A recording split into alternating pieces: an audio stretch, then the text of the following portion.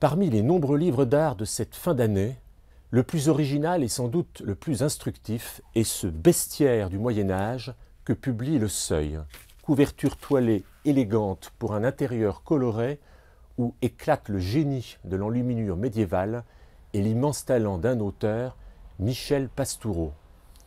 Avec cet ancien élève de l'école des Chartes qui enseigne depuis plus de 30 ans à l'école pratique des hautes études, le déchiffrage de la symbolique devient un pur plaisir, tant le maître est brillant, simple et gentil.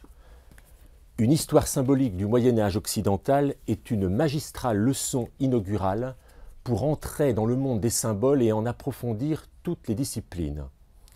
Michel Pastoureau, c'est d'abord la référence absolue en matière d'héraldique. Il n'y a rien de mieux que son Découverte Gallimard, figure de l'héraldique, pour s'initier à ce monde fascinant, son langage, ses codes, ses couleurs. Il est aussi le grand spécialiste des rayures.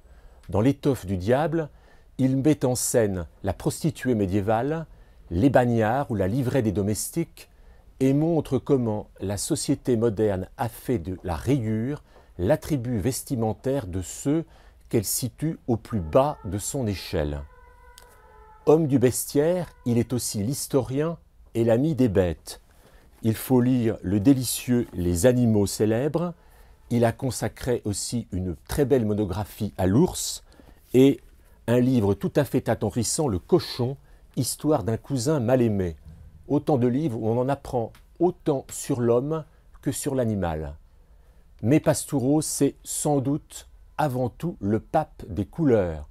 Son étude du bleu puis du noir ont fait date et on espère maintenant pour bientôt un vert ou un rouge. On l'écouterait pendant des heures nous conter l'histoire des couleurs, leur signification sociale, les préjugés, les tabous qu'on attribue à l'une ou l'autre teinte.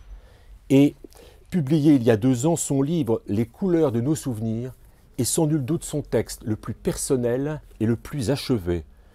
Un journal chromatique, une libre improvisation, où il montre comment la couleur peut être conçue comme lieu de mémoire, invitation au rêve et source de plaisir.